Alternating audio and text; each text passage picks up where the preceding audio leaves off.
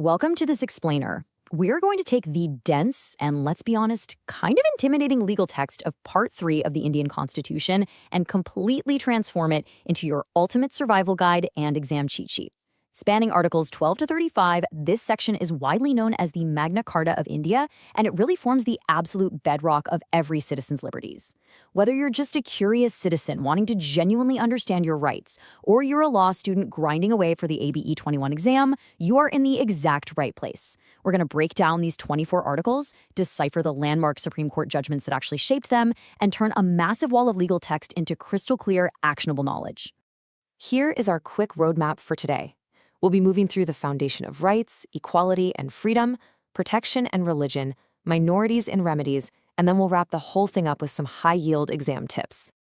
All right, let's kick things off with Section 1, the foundation of rights. Now, before you can even claim your rights, you really have to know exactly who you're protected from, right? You enforce fundamental rights against the state. And Article 12 explicitly defines what that actually means. It is not just the central government or parliament. It includes state legislatures, municipalities, and even local panchayats. But, and this is crucial, thanks to landmark cases like R.D. Shetty and Pradeep Kumar Biswas, the Supreme Court greatly expanded this definition to include other authorities. So this means statutory bodies, public sector undertakings, and agencies under government, financial, or administrative control. They must also respect your fundamental rights. Basically, if the government pulls the financial strings, that entity is technically the state. Let's look at how this builds historically with Article 13. Think of Article 13 as the ultimate constitutional gatekeeper. It automatically voids any law that is inconsistent with your rights. But what about constitutional amendments? Well, there has been an absolutely epic tug-of-war between Parliament and the Supreme Court over this. Back in the 1967 Golok-Nath case, the court flat-out said Parliament couldn't amend fundamental rights at all. Then came the monumental 1973 case of Ananda Bharti case. This was a real game-changer that altered Indian constitutional history forever. The court ruled that Parliament can amend these rights, but, and it's a huge but, it cannot destroy the Constitution's basic structure. And by the 1980 Minerva Mills case, that delicate balance between fundamental rights and directive principles was firmly cemented as a part of that unshakable basic structure. Moving right along to Section 2, Equality and Freedom. When we dive into Articles 15 and 16, which deal with anti-discrimination and public employment, a massive, massive topic is reservations. Article 15 allows special provisions for socially and educationally backward classes, and Article 16 allows reservations in government jobs. But to balance this affirmative action with open merit, the 1992 Indrasani case stepped in like a constitutional speed limit. The Supreme Court strictly capped total reservations at 50%. And, importantly, they mandated that the creamy layer, meaning the wealthier, more advanced sections among the backward classes, must be completely excluded from these benefits. The goal is to ensure the aid reaches the folks who truly need it most. Zooming out a bit to the broader umbrella of equality, Article 14 applies to everyone.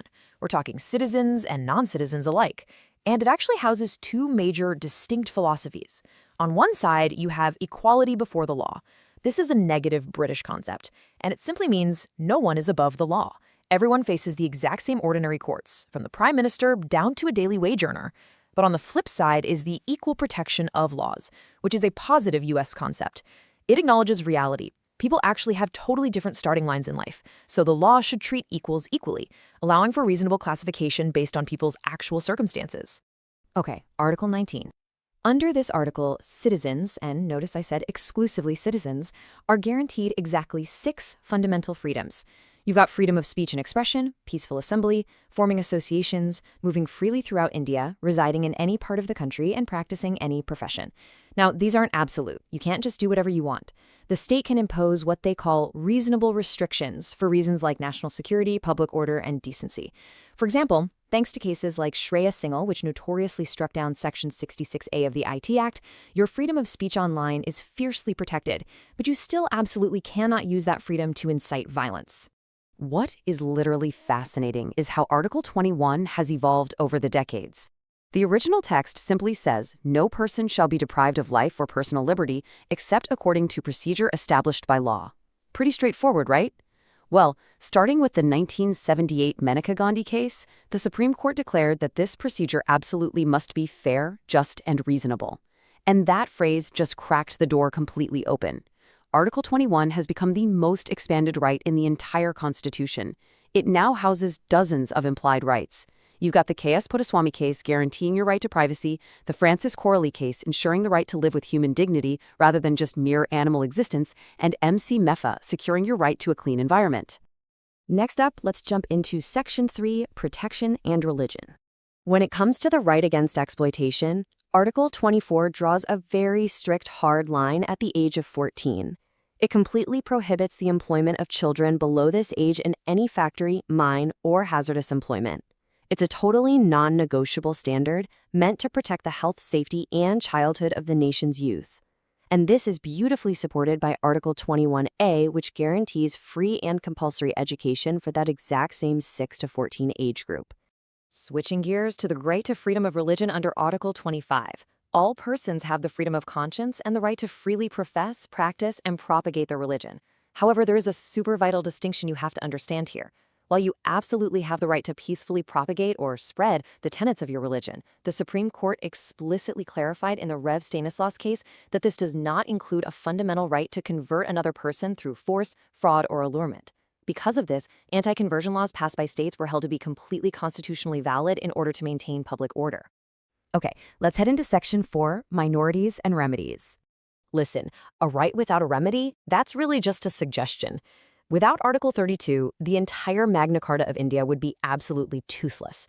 This specific right, the right to move the Supreme Court directly for the enforcement of your rights, is so incredibly essential that the chief architect of the Constitution himself, Dr. B.R. Ambedkar, held it in the highest reverence. He famously called Article 32 the very heart and soul of the Constitution. So, how does Article 32 actually work in practice? Well, the Supreme Court issues these powerful legal directives known as writs. There are 5 of them, and you definitely need to know them. First up is habeas corpus, which literally means produce the body, and it's used to free someone from illegal detention. Second is mandamus, meaning we command, used to force a sleeping public official to actually do their duty. Third is prohibition, used to completely stop a lower court from overstepping its jurisdiction before a trial even ends. Fourth is certiorari, which is used to quash a lower court's order after they've acted without jurisdiction. And finally, quo warranto, asking by what authority to remove someone who is holding a public office illegally. Finally, we've arrived at Section 5, High-Yield Exam Tips. If you are gearing up for the AIB 21 exam, listen up and get your notebooks ready. The bar exam absolutely loves testing which rights apply to whom. Remembering this exact dichotomy is absolutely crucial for grabbing those easy points. These 5 specific rights, Articles 15, 16, 19, 29, and 30, are exclusive to Indian citizens. They cover discrimination, public employment, those 6 freedoms we talked about, and minority cultural rights. Every other fundamental right, like equality before law, protection of life, and religious freedom, protects all persons. That means anyone physically present on Indian soil, including foreigners and even corporations. We all know exam pressure is real, so here is a lifesaver. You can easily recall the exact function of all 5 constitutional writs using a really simple first-letter mnemonic that perfectly matches their plain English meanings. H is for human body, M is for must do duty, P is for prevent, because prohibition stops a court before a decision, C is for check, because certiorari checks and quashes an order after it's made, and Q is for question authority. Stick that in your brain and you're good to go.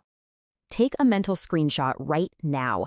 You absolutely need to commit these to memory because these are the highest yield landmark cases that consistently pop up to test your understanding of judicial interpretation.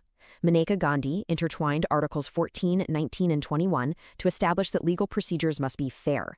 Case of Ananda Bharti birthed the whole basic structure doctrine. K.S. Pottaswamy is your absolute go-to for the right to privacy under Article 21, and D.K. Basu laid down those famous 11 mandatory guidelines that police must follow during an arrest to prevent custodial torture under Articles 21 and 22. So, we've seen how the Magna Carta of India has transformed from a static text back in 1950 into this living, breathing shield, expanding in real time to protect everything from our privacy to a clean environment. But as our rights are constantly evolving with the times, we really have to ask ourselves a vital question to end on. If the basic structure prevents the destruction of our core liberties, how is this constitutional shield going to adapt to protect us against AI, mass digital surveillance, and an increasingly virtual future? One thing is for sure, the interpretation of Article 21 is far from finished. Thanks so much for joining me on this explainer, and keep questioning how the law shapes your world.